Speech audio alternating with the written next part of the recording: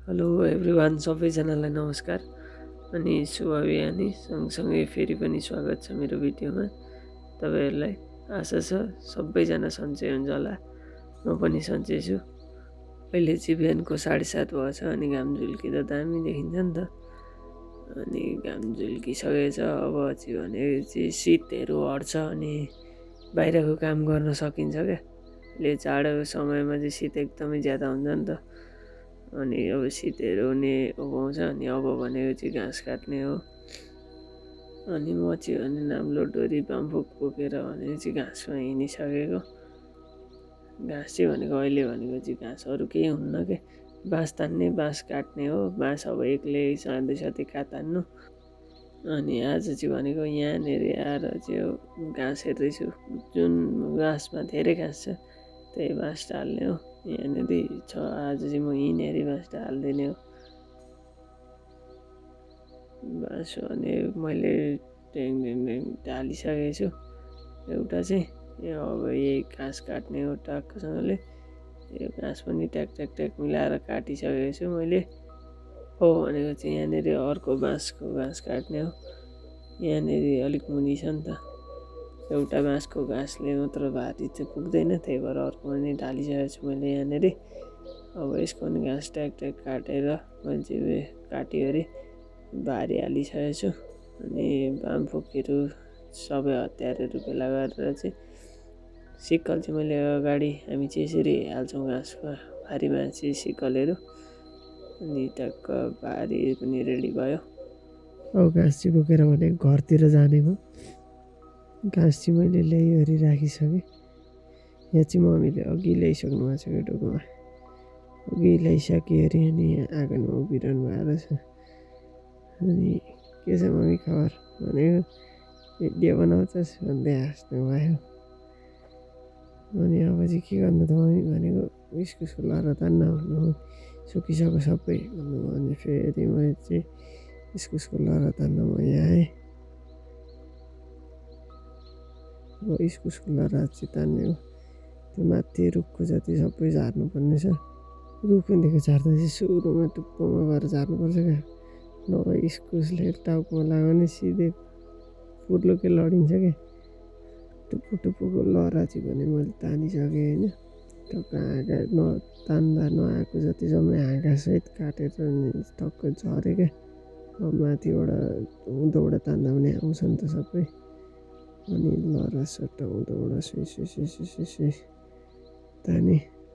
अनि यसलाई चाहिँ सुई सुई सुई सुई उँधोपट्टि मचानको तल्लोपट्टि झार्नलाई चट्ट तान्दैछु। अनि उँधोपट्टि झारेर म चाहिँ अनि आएँ घरतिर। अब चाहिँ म खाना आएको हिँड्न बिरालो घाम क्या दामी तापिरहेको।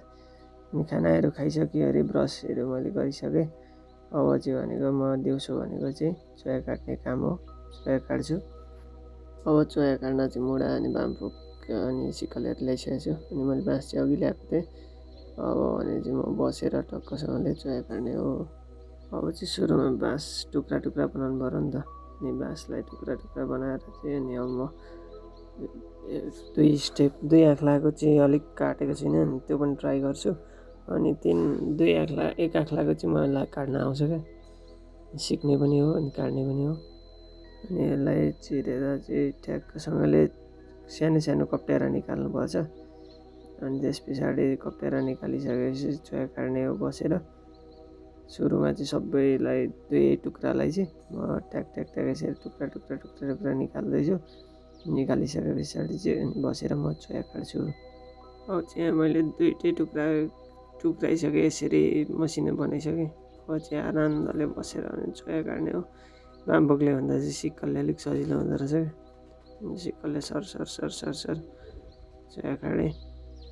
एक आँख्लाको चाहिँ पहिला पनि काटेको क्या। अब चाहिँ मैले नि छानेर दुई आँख्लाको निकालेँ। यो चाहिँ मैले अगाडि पनि काट्न ट्राई गरेको थिएँ होइन। काट्दाखेरि चाहिँ चुडिएको गर्थ्यो। अनि आज चाहिँ अनि फेरि ट्राई गरौँ न त भनेर चाहिँ ल्याएर अनि फेरि दुई टुक्राको पनि निकालेको थिएँ। अनि त्यसलाई चाहिँ काटेको राम्रै भयो आज चाहिँ एकदम। घाम पनि दामी लागिरहेको थियो। टक्कसँगले चोया पनि काट्दै त बसिरहेको थिएँ होइन सर आनन्दले।